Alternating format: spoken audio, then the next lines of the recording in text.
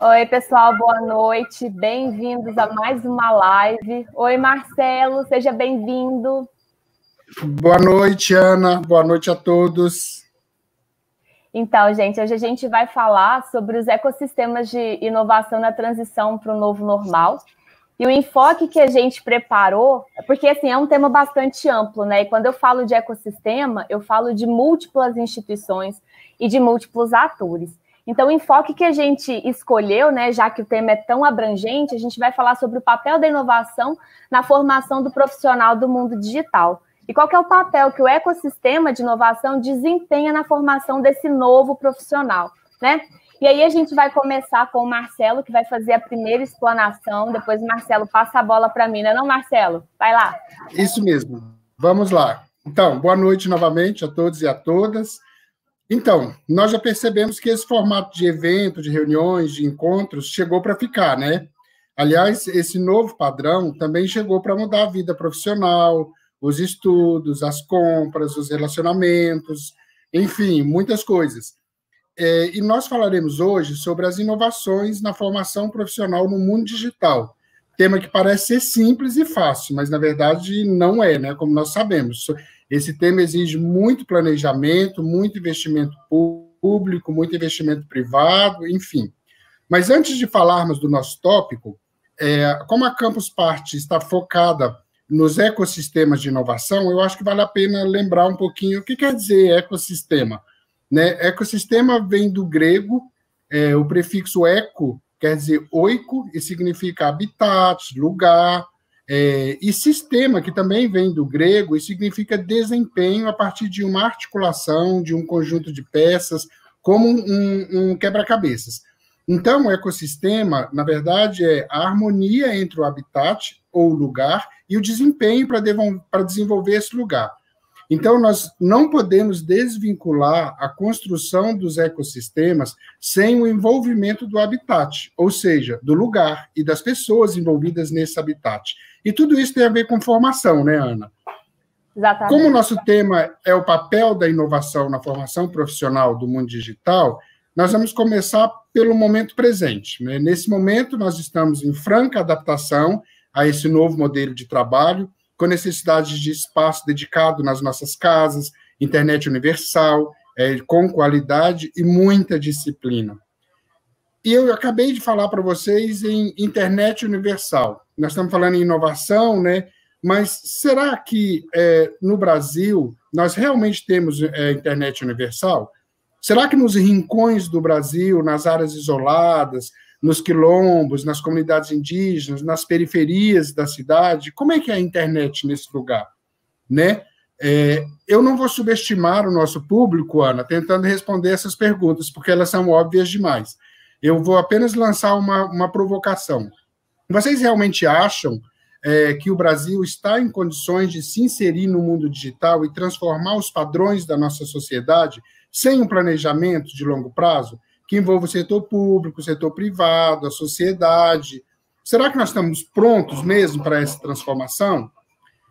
É importante demais que nós nos reconciliemos, né, com esse novo modelo de trabalho, com atenção, sobretudo, aos jovens, aos idosos, aos excluídos, porque sem essas premissas, se elas não forem consideradas e planejadas, o nosso país poderá se tornar ainda um país ainda mais perverso, ainda mais excludente. E as consequências de tudo isso são muito óbvias, né? Violência, pobreza, talvez 50 milhões de pessoas heróicas serão jogadas às margens plácidas, transformando os filhos deste solo gentil, gigante pela própria natureza, em excluídos, em bárbaros, em indigentes. Então, nós temos que refletir sobre isso, né?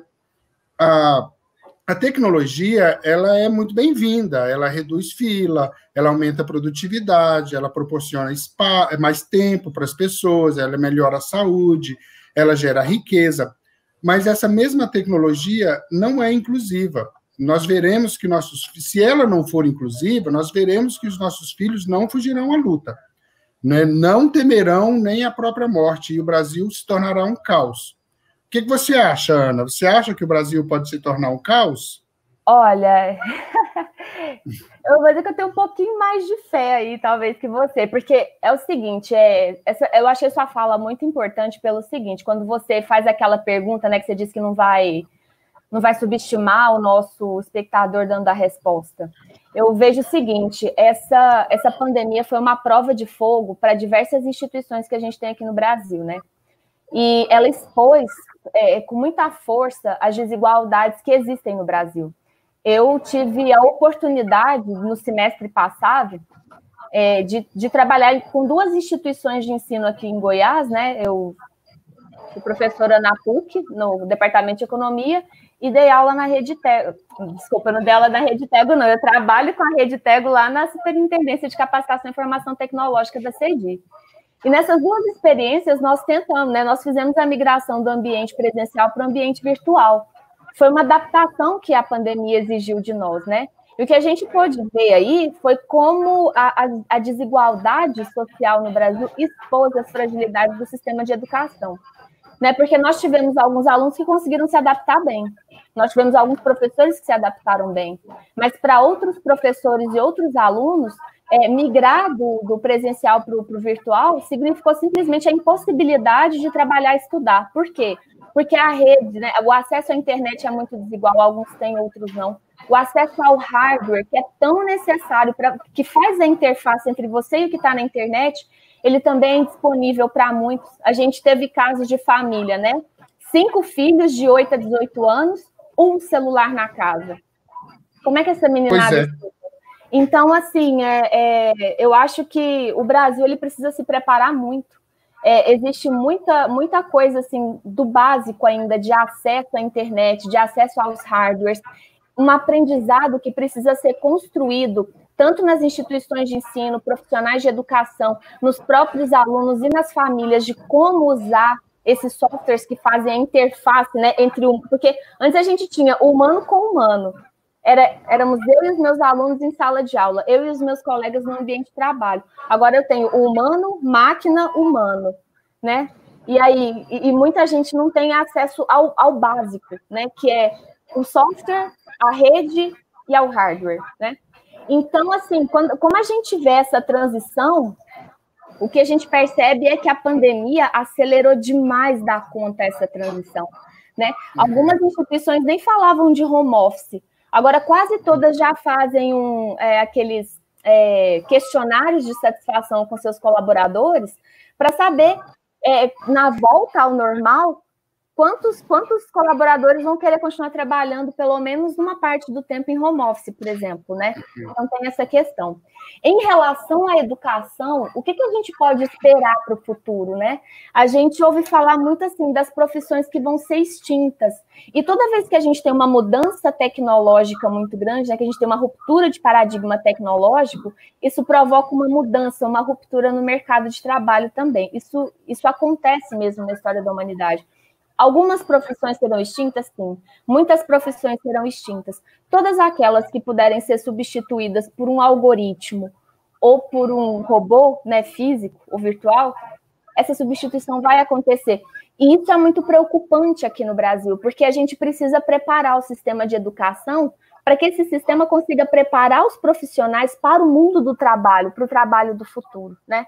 Então, e assim, se por um lado eu tenho profissões que serão extintas, por outro, eu tenho novas demandas que surgirão no mercado de trabalho, que surgirão nas instituições, e a gente precisa preparar os profissionais para que eles consigam atender essas novas demandas que vão surgir no mercado de trabalho, sabe? Pois é, imagina qual é o perfil desse profissional. É exatamente isso, assim, é um profissional, ele vai ter que ser mais versátil, ele vai ter que ser mais criativo, não vai ser, com certeza, um profissional dado a trabalhos rotineiros, inclusive na educação, né? Falam muito assim, o professor pode ser substituído pela inteligência artificial.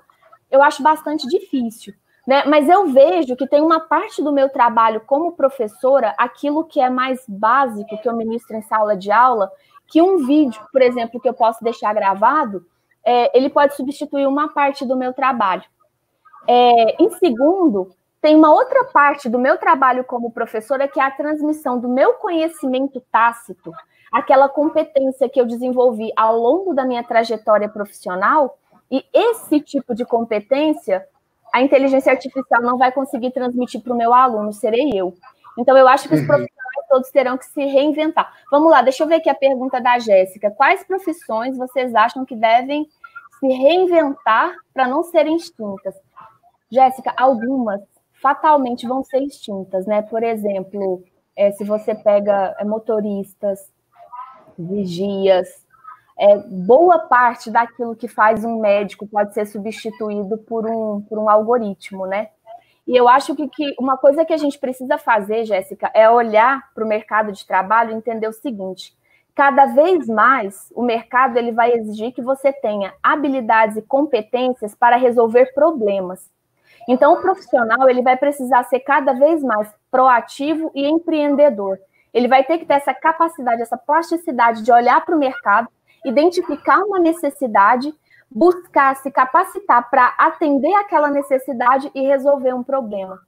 Né? Então, Ana, sim, vamos essa lá. Pergunta da Jéssica ela é muito interessante, porque exatamente tem uma informação sobre isso no Banco do Canadá. O Banco do Canadá, ele elencou, ele já está tratando desse tema, né? O Canadá já está tratando desse tema há muito tempo, e o Banco do Canadá ele elencou algumas funções que estão mais suscetíveis a serem automatizadas, e que são as funções mais simples, mais braçais, que envolvem transporte, logística, apoios de escritório, apoios administrativos, fábricas, vendas e serviços que não demandam grandes habilidades.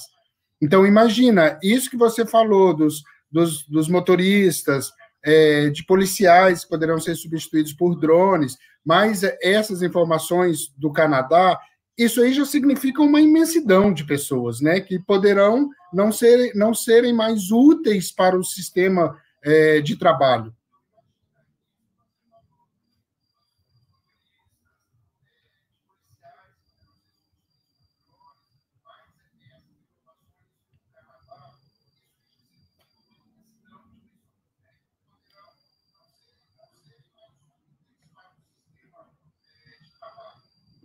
Ana, eu não estou te ouvindo. Eu estava muda, gente, desculpa. Isso. A pergunta aqui que a Nanã me fez, né? Vocês acham que isso vai acontecer em quanto tempo? Olha, essas mudanças já estão em curso. Por exemplo, dos carros autônomos, você já tem protótipos sendo treinados, sendo testados, né, no mundo todo. A gente sempre trabalha nesse ponto com um horizonte assim, de 10 anos, para que essas mudanças elas comecem a ser sentidas com mais força pelas pessoas, né, nos mercados de trabalho. Então, tem até uma outra informação também do Banco do Canadá que fala o contrário, as funções menos suscetíveis à automação, que essas vão ser, até inclusive uma pergunta também aqui da Alice Ferreira, né, parecida com a pergunta dela, segundo o Canadá, as funções menos suscetíveis a serem automatizadas são aquelas que envolvem habilidades criativas, habilidades sociais, persuasão, negociação, originalidade, educação, saúde, cuidados. Então, são essas profissões que também gerenciamento, negócios, finanças, artes, matemáticas, são essas profissões que exigem um pouco mais de discernimento, um pouco mais de humanidade, de reflexão. Então, assim, pelo que eu percebo, essas profissões mais frias, elas serão extintas. E voltando a uma pergunta que alguém fez aí, em quanto tempo, eu acho que isso vai ser rápido. Sabe por quê? Porque os grandes detentores dessas tecnologias são multimilionários que já estão prontos para invadir o mercado.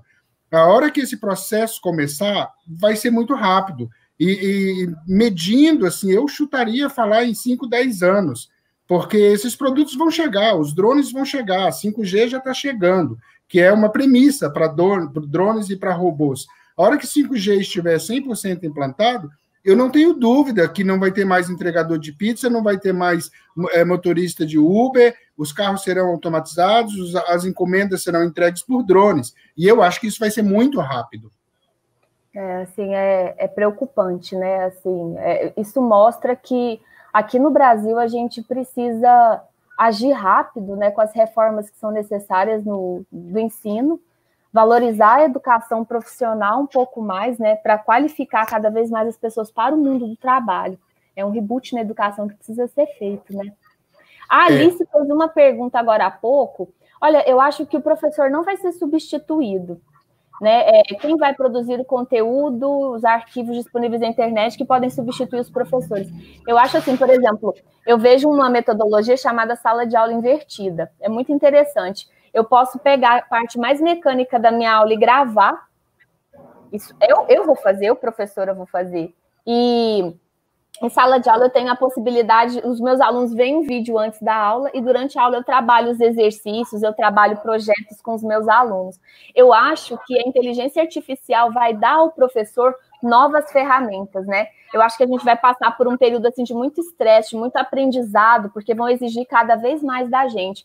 Mas eu acho assim que daqui uns 5 anos, mais ou menos, a gente vai ver cada vez mais essas ferramentas tecnológicas atuando como auxiliares ao trabalho do professor. E eu acho que o nosso trabalho ele vai se tornar cada vez mais criativo. É o que eu imagino, é o futuro da profissão do professor que eu vejo, sabe? Vamos lá, Marcelo.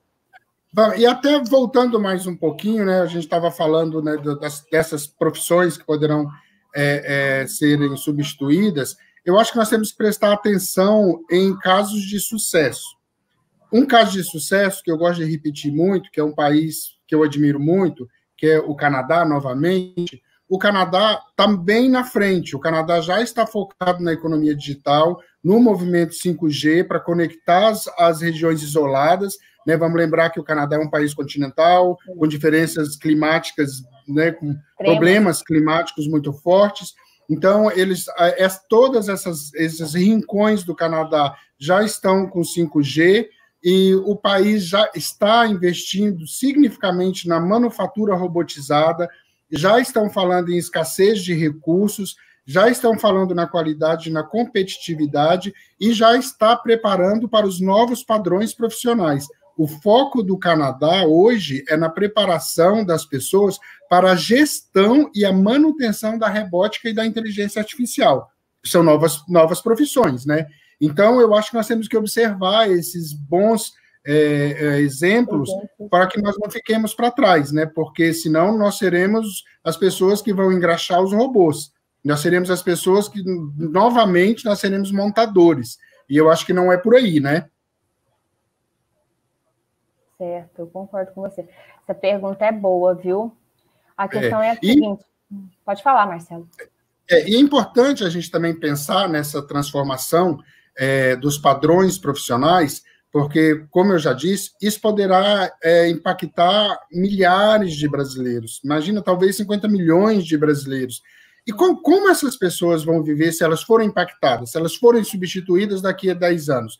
O que vai acontecer com esses milhões de desempregados? Como eles serão amparados? Vai ser o Estado mínimo, do qual a gente tanto fala?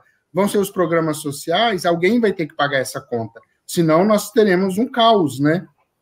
Isso, assim, até sobre as propostas, né, nesse sentido que você ponderou e que a Nanami colocou aqui na pergunta, o que é importante fazer é o seguinte, é planejamento.